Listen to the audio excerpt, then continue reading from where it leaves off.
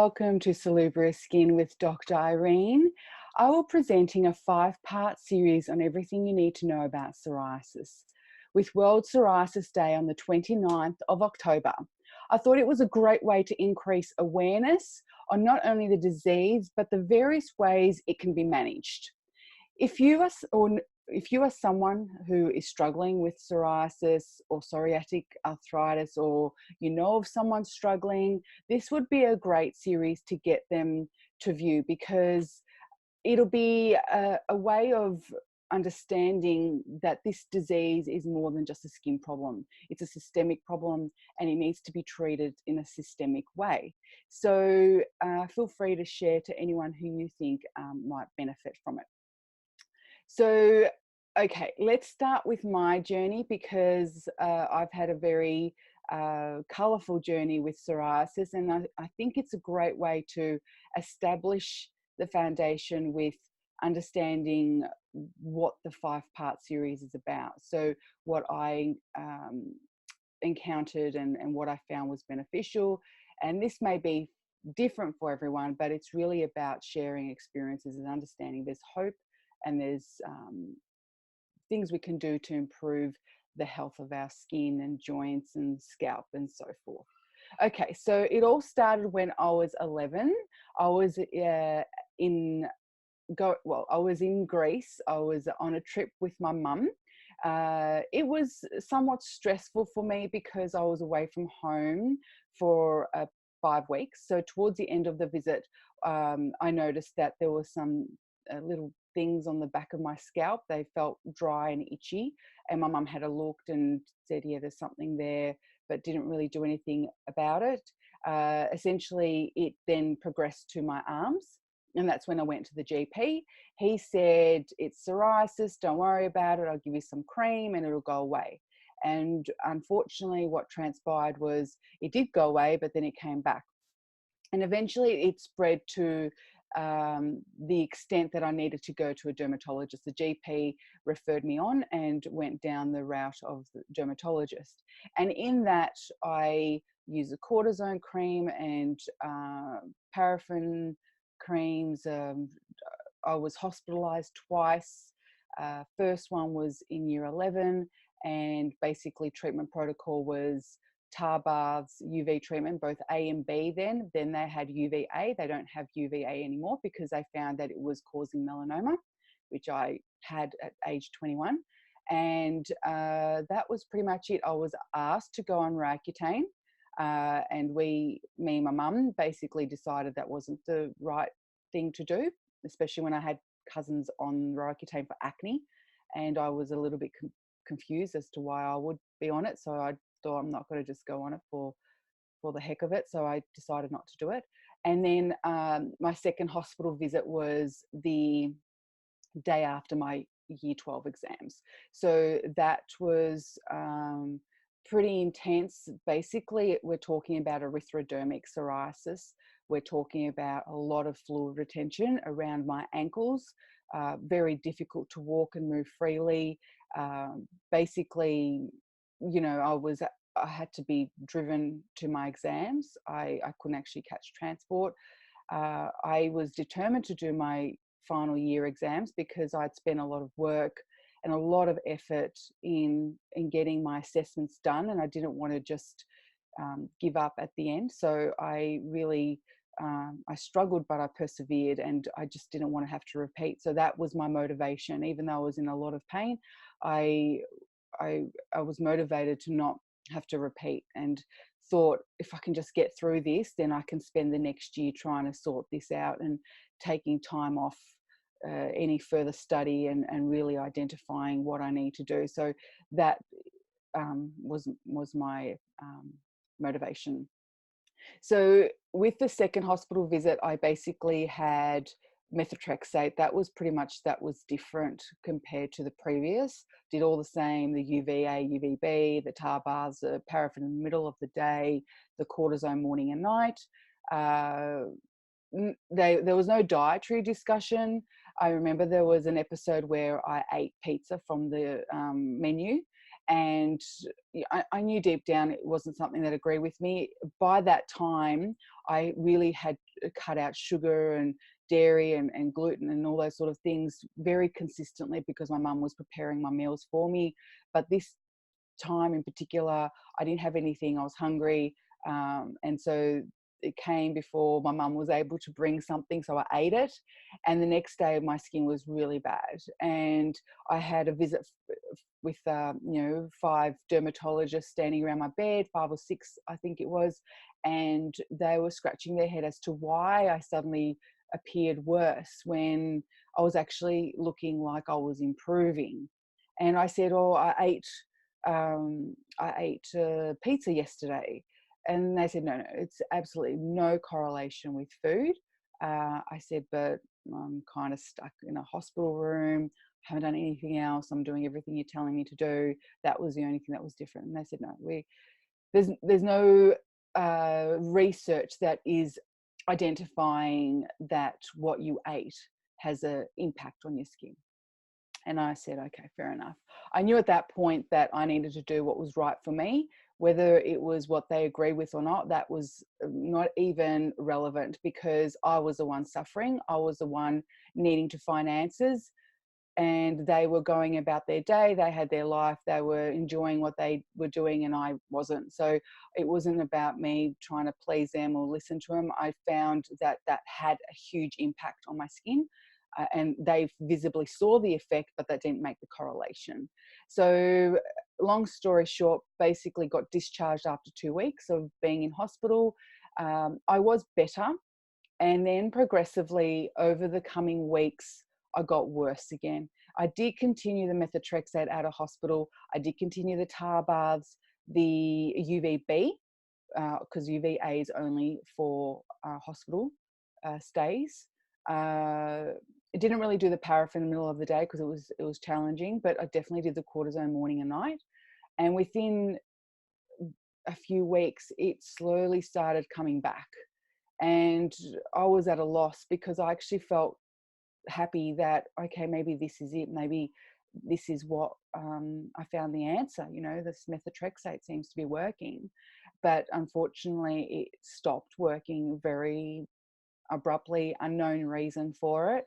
And my mum rang the dermatologist that was treating me and basically told him what was happening. I remember being in a tar bath at that moment and hearing a conversation. The door in the bathroom was open and I could hear her in the kitchen talking, and she started crying and she was begging him to help us. And he had basically said, you need to go elsewhere, and we can no longer help your daughter because she's not responding to what we have available. And at that point, my world came crashing down because I had put so much faith and belief into their treatments because I felt confident that they knew what they were doing.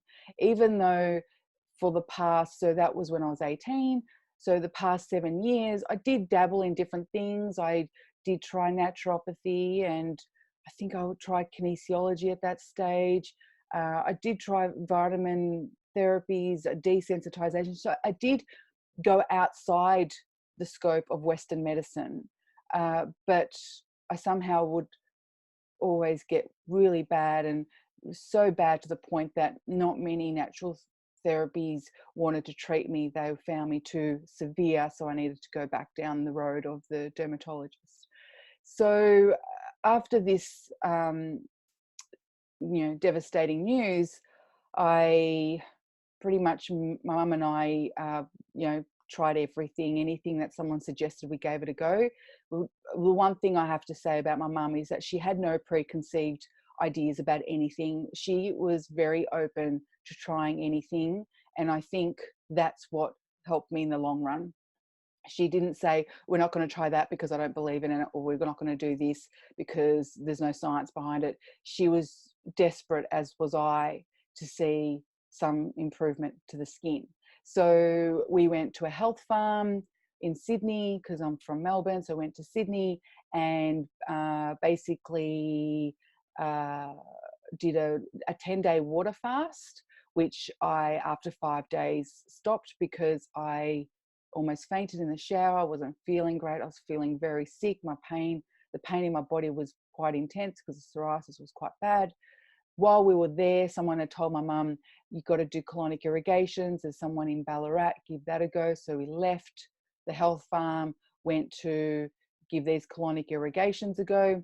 I was doing this very regularly. Then it came a time to do a 10-day cleanse. So I took this liquid daily and would do colonic irrigations every day as well, which this did help my skin, undoubtedly, actually helped my skin. I dropped a fair bit of weight, which, you know, what teenager doesn't want to lose some weight? So I was happy about that. But as soon as those 10 days passed, and I stuck to that 10 days, I was at home. I didn't function day to day. I didn't go out, didn't do anything. So I was home those 10 days. My skin was very bad. So when my skin was very bad, I would stay home. I was, dependent on my parents. So my parents, I didn't have to work. My mum would, prepare my meals, clean my room. I pretty much just lay in bed. So it was easy from that perspective that I didn't have to function day to day with school or work. So with that, my skin got better. But over time, in reintroducing food, and this is reintroducing food that's considered healthy. So I definitely cut out my sugar, my dairy, my wheat, yeast, definitely no alcohol, all those sorts of things. So reintroducing food saw my skin come back. So then a family friend told my mum about Chinese medicine. So that is when I tried Chinese medicine in 1994. And within 2 months, my skin was normal. And that was a massive turning curve for me because it was basically presenting hope. There was suddenly something that provided some relief, and I didn't have to starve myself. I didn't have to worry about all these other things that I came to worry about. And it was something that presented a lot of hope for me. And so that's when I decided to study Chinese medicine. It was purely for self management of my skin disease. It wasn't to treat anyone else. It wasn't to help anyone else. It was really just to identify why this worked when so many others didn't. And what can I do to learn about my body that will get me healthy? Because I felt very frustrated at that point. If you can imagine, and this may be you as well, going to countless doctors, different modalities of health, not really getting any clear resolution, and being frustrated that, money's running down the drain, and you're not anywhere further than when you started. In actual fact, I was worse as time went on. So I felt I needed to take this into my own hands and figure this out for myself, because I couldn't rely on anyone else. So I started, I got into RMIT in Melbourne, and I started studying in 1995. Unfortunately, the first semester my skin flared up because of the stress. So then I decided to go part-time, which was around 4 to 5 subjects a semester versus 8 to 10, because that workload was a bit too excessive for me and my health.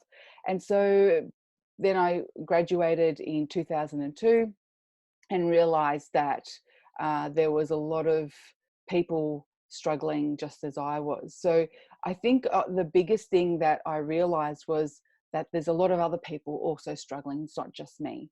I felt it was just me. You're very rare. We've never seen this before. They were the sort of words that I was hearing.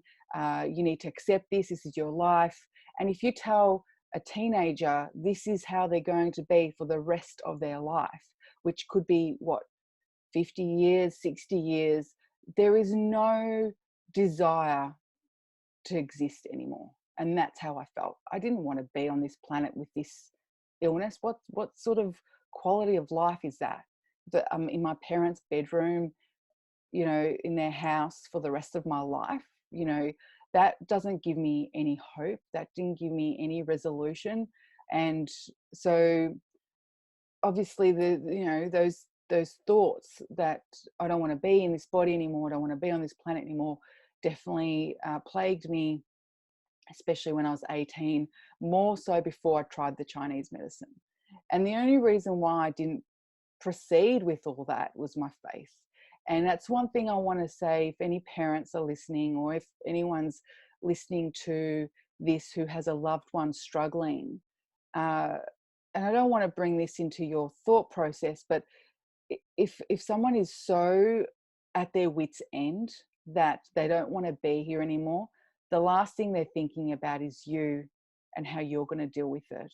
I didn't think of my parents. I'll be honest, never thought of my parents when I was having those thoughts. Never thought about how they were going to deal with the consequences of my actions. Never thought how my brother would feel, or anyone else, my friends. It didn't even enter my mind. My mind was in this such a dark place that I just didn't want to be there anymore. And when I was told that my body was letting me down, it was overreacting to something unknown, then you believe your body is a dud. It's faulty. There's no real benefit to it functioning. So I had a very huge disdain to my body because it wasn't doing what it had to be doing. Why is everyone else healthy and happy and living their life, and here I am struggling? And obviously you ask all those questions, why me? Why is this happening? But the one thing that over the years I've come to realize, and really gave me that sense of empowerment, was that my body wasn't hurting me, it wasn't harming me, it was protecting me. It was protecting me from what I was choosing to treat it with that was harming it. That's my belief. Suppressing my body was not what it wanted the treatment to be. Eliminating the inflammation from my body is what my body wanted treatment to be focused on. Suppressing it and allowing that inflammation to just flourish and exacerbate, and having something just keep it down and keep it quiet, and then you've got this dragon bubbling underneath going, I don't want to keep quiet because I'm not happy.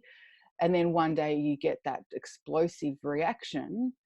That's essentially what was happening. So a complete 180. And I actually thought, oh, my body's actually trying to speak to me, reach out to me. It's not faulty. It's actually really intelligent, and it's trying to help me navigate through making the right decisions for it. So I don't actually take anything to suppress my immune system. To be honest, I actually am very lazy with taking any herbs these days, because I manage it with my diet and keeping fit, going to the gym. I feel like I can regulate my insulin resistance with working out. My skin improves as a result. So having said that, there are definitely times that I'll take my herbs and take my vitamins, but at the same time, it's something that is not as fiery, because I've resolved that instigator to the disease. And that's what this 5-part series is all about: identifying what instigates the disease. Don't look at your body as being overreactive, or the immune system is acting out of character. Your body, the human body, always is protecting life. So if anything enters the bloodstream, it is doing it, and that is harmful to your body, it is doing whatever it can to protect and preserve life. And if the consequences are a skin disease or joint pain or whatever autoimmune reaction, it doesn't care, because it's trying to bring your awareness to the problem, and you need to fix the problem. You suppress the body, it just starts to get pissed off, which is what happened to mine. And it got really pissed off. To get erythrodermic psoriasis, where you're literally covered and you can't see any skin, that's my body being really pissed off. So if I could really bring your awareness around loving what your body is presenting and what it's showing you, and listening to it, you will be so much more happier as a result. I know it's hard when you're struggling and when you're in this dark space and you've tried everything and you feel like everyone says they've got something that can help you, and then it doesn't come to fruition. The biggest thing you can do is respect your body and look at what tools, multiple tools, need to be utilized in order to get your body back on track. There's not one magic pill. There's not one thing that's going to make you right. It's a multiple of things. And that's what this series is about: identifying what the multiple aspects are that need to be looked at in order to bring your body back to a wellness state. And that can take time. I'm not saying it's going to take a day or a week or a month or a year.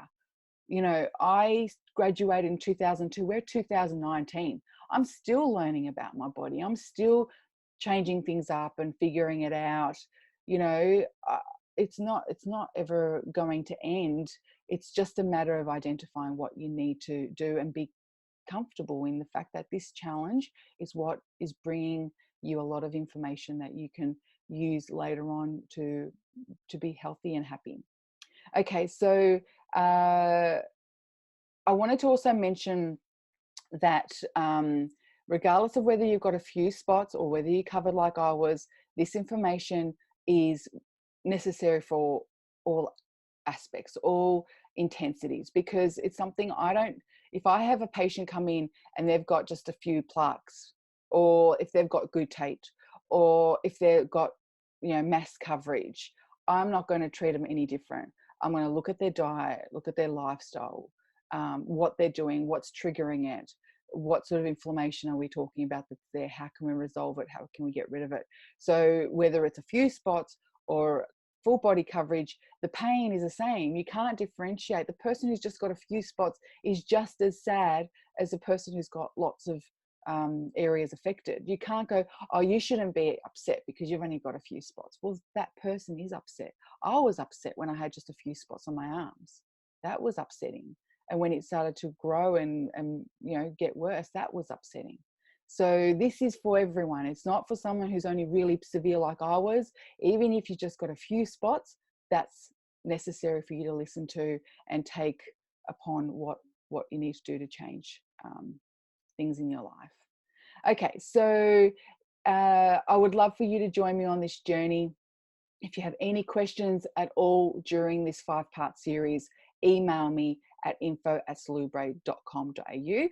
And before I go, I'd like to bring your attention. We've recently just developed our Salubre Therapeutics range, which has been formulated for people with psoriasis and eczema and scalp psoriasis into trial packs. So head on over to salubre.com.au and you can have a bit of a read and trial things out, because it is one of those things that everyone's different. We all respond differently. When you've got the thick lesions, the balm is better. If you've got the thinner lesions, the cream is better. And then we've got products for scalp psoriasis. So any questions, email me, and stay tuned to watch part 1, to detox or not to detox. That is the question. I'll see you soon.